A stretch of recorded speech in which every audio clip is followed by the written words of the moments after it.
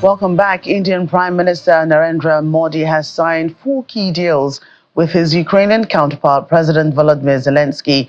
Both presidents signed agreements on agriculture, medicine, culture, and humanitarian aid, expected to strengthen bilateral ties and provide much-needed support to Ukraine in these critical areas. Mr. Modi's trip to Ukraine comes just weeks after he met Russian President Vladimir Putin in Moscow.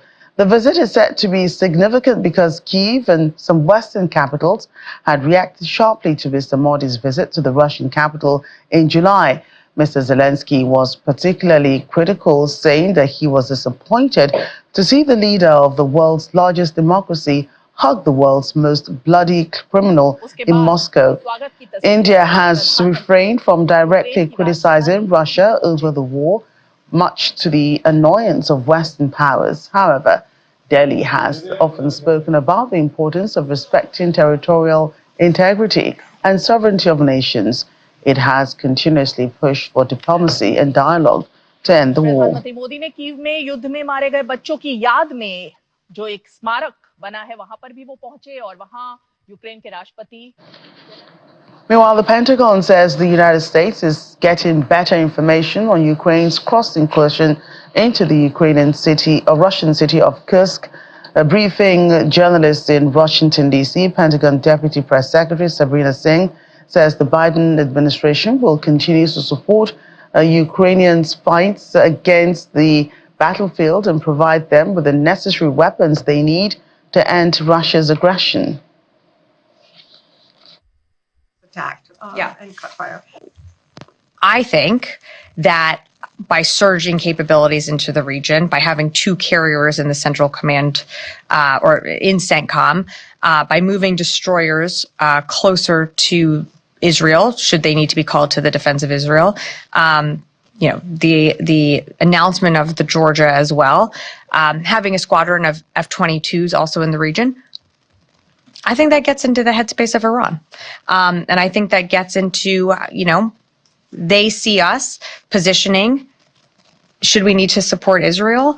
I'm sure that gets to their calculation. I wouldn't say that we don't have a presence. We still maintain a presence in the region. And it doesn't, just because the United States might not have a destroyer in the Red Sea, doesn't mean that we don't have other partners operating there that are either part of Operation Prosperity Guardian or operating on their own.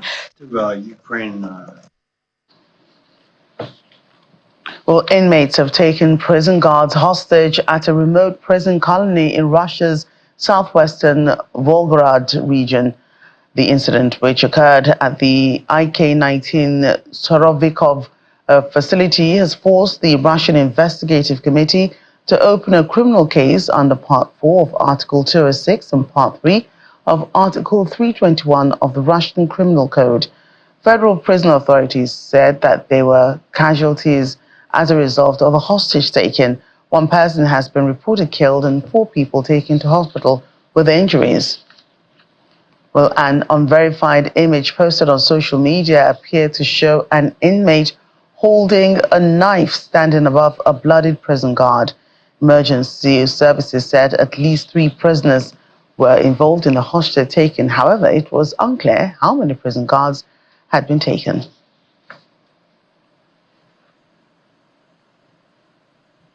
Russia's Pacific Fleet has held a special sea and coastal drill of the Primorsky region. The comprehensive drills demonstrate special exercises covering different types of Navy support, including logistics, engineering, search and rescue efforts, as well as psychological support. According to officials, key drills were held simultaneously in the waters of several bays in the region, which hosts a number of Pacific Fleet facilities. A highlight of the naval exercises during a drill scenario was the simulated repulsion of an attack by an enemy uncrewed boat, during which one of the Russian ships reportedly sustained damage. The Russian hospital ship was deployed to the site to address the consequences of the impact and to evacuate the wounded.